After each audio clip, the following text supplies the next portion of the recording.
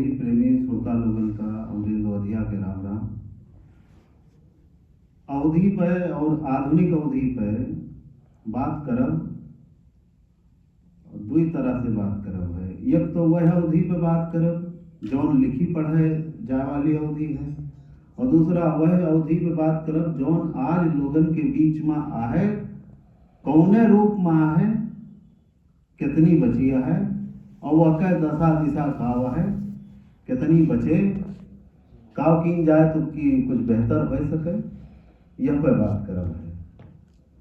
तो आधुनिक अवधि जैसे कि किताब है, यह मन हम आधुनिक काल के लगभग 100 कवियन का यह मन शामिल किए हैं।